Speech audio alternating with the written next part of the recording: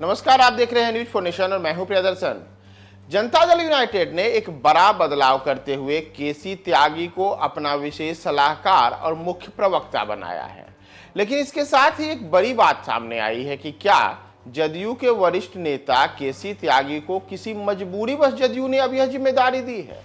क्योंकि यह सवाल इसलिए है, पिछले कुछ दिन सप्ताह पूर्व जब जदयू के राष्ट्रीय पदाधिकारियों के नाम घोषित किए गए थे तो 2 दशकों के जदयू के इतिहास में यह पहला मौका था जब केसी त्यागी को पहली बार पार्टी ने महासचिव के पद से हटा दिया था। उन्हें प्रवक्ता के पद से भी हटा दिया गया था। लेकिन बाद में जदयू के तमाम नेताओं और खुद केसी त्यागी ने सामने आकर के यह सफाई दी थी कि यह सब उनकी ही मर्जी से हुआ है। यानी केसी त्यागी खुद चाहते थे कि उन्हें जदयू के जो जिम्मेदारियां हैं उससे मुक्त किए जाए, और यह सब होने के बाद अब एक बार अचानक से पूरा का पूरा परिदृश्य बदल गया है। तो इसे में एक बड़ा सवाल यह आ रहा है कि आखिर जदयू ने यह बदलाव क्यों किया। जो केसी त्यागी महज 2 महीने पहले तक पार्टी में कोई पद पाना नहीं चाहते थे, अचानक से उन्हें पार्टी ने न केवल राष्ट्रीय प्रवक्ता बना दिया बल्कि उन्हें तो विशेष सलाहकार के पद पर भी दे दिया है।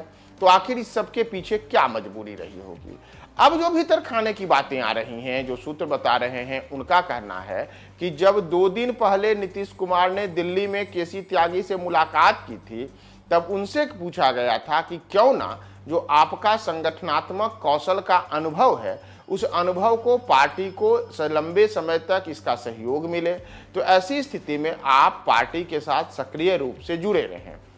साथ ही साथ जो वर्ष 2024 के लोकसभा चुनाव हैं और उस चुनाव में भारतीय जनता पार्टी को राष्ट्रीय स्तर पर मात देने के लिए नीतीश कुमार जिस विपक्षी एकता की कवायद कर रहे हैं उसमें नीतीश कुमार के पक्ष को प्रभावी तरीके से राष्ट्रीय मीडिया में रखने के लिए एक ऐसा चेहरा चाहिए जो काफी प्रभावशाली हो, और इसमें पहले से ही केसी त्यागी को महारत हासिल है। माना जा रहा है कि इसी वजह से केसी त्यागी को मिलने के लिए नीतीश कुमार खुद दिल्ली में वहां गए थे और दोनों की मुलाकात में नीतीश कुमार ने उन्हें राजी किया कि आपका साथ हमें अगर मिलेगा तब हम लंबे समय तक राजनीति में अपनी विचारधाराओं को आगे बढ़ाते हुए भारतीय जनता पार्टी को वर्ष 2024 के न केवल लोकसभा चुनाव में करारी हार दे सकते हैं बल्कि जनता दल यूनाइटेड को भी राष्ट्रीय स्तर पर इससे एक बड़ी मजबूती मिलेगी। यही वजह है कि खुद जनता दल यूनाइटेड के राष्ट्रीय अध्यक्ष ललन सिंह की द्वारा उनके नाम के जरिए अधिसूचना जारी की गई कि केसी त्यागी को विशेष सलाहकार बनाया गया है और प्रवक्ता बनाया गया है।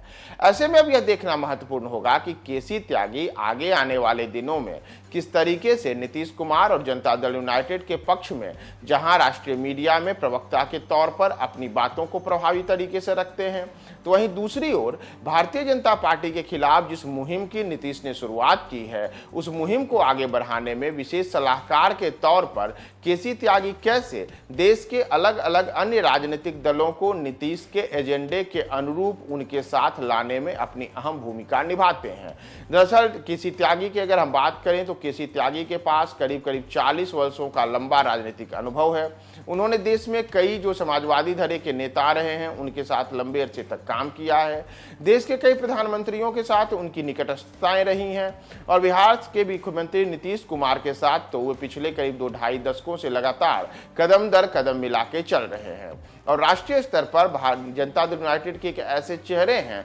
जिनकी पहचान राष्ट्रीय स्तर पर इकलौते नेता के तौर पर है। तो ऐसे में केसी त्यागी के इन तमाम अनुभवों को अब नीतीश कुमार अपनी राजनीति में आगे भुनाने के लिए तैयार हैं और उन्होंने इसी वजह से खुद केसी त्यागी से मुलाकात करके उन्हें मान मलव्वल किया, उन्हें मनाया कि आप हमारे साथ रहें, आपको पद की एक अहम जिम्मेदारी दी जाती है, और केसी त्यागी भी माने हैं। देखना महत्वपूर्ण होगा कि नीतीश जिस खास कारण से केसी त्यागी को अपने साथ लाए हैं, तो क्या केसी त्यागी उस प्रभावशीलता के साथ अब राष्ट्रीय स्तर पर नीतीश की नीतियों को आगे बढ़ाने में खुद को सफल कर पाते हैं या फिर क्या होगा, और कैसे नीतीश की विपक्षी एकता की बागडोर में एक मजबूत कंधे के तौर पर केसी त्यागी अपने आप को साबित कर पाते हैं। यह आने वाले समय में एक तरीके से कहा जाए तो केसी त्यागी के लिए भी बड़ी परीक्षा होगी।